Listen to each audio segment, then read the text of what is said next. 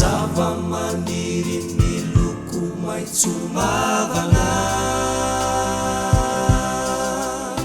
ny vorona misiotsioka manandratra ny feony haraka ny karazany,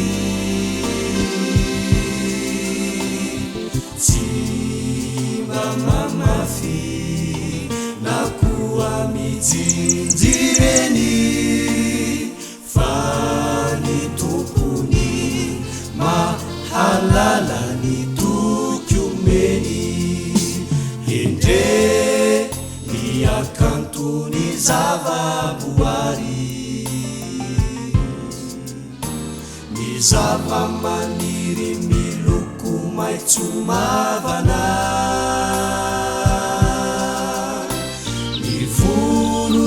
misiotsioka manandratra ny feony haraka ny karazany, tsy mba mamafy na koa mijinjireny fa ny tompony mahalala ny dokomeny, andramoka izahaho fa tsara Jehova mamelona sy manasoa ny tany honenanao, zay manana ny arena are-pahasoavana,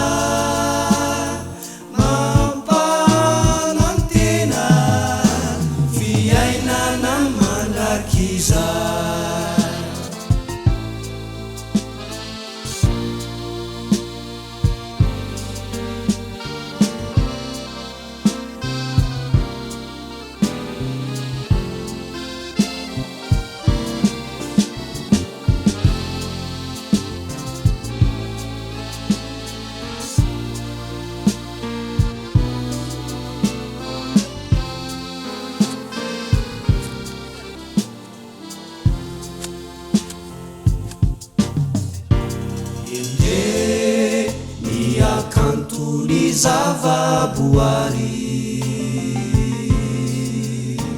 reo kintana tsara fijery mamiratry,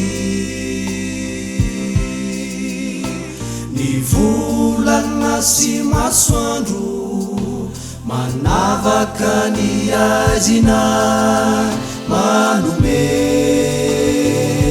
tsara mafapo, ny rano kosa ny rivotra manontolo no mamelona manatsara ireo tontolo, endre ny akantony zavaboary, reo kintana tsara fijery mamiratry, ny volana sy masoandro manavaka ny azina manome tsara mafapo, ny rano kosa ny rivotra manontolo no mamelona manatsara ireo tontolo, andramoka izahaho fa tsara Jehova mamelona sy manasoa ny tany honenanao, zay manana ny arena are-pahasoavana, mampanantena fiainana mandrakizay.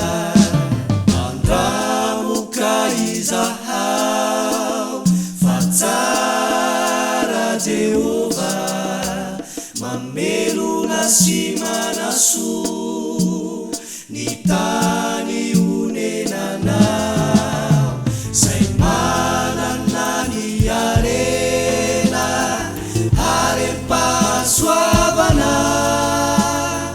mampanantena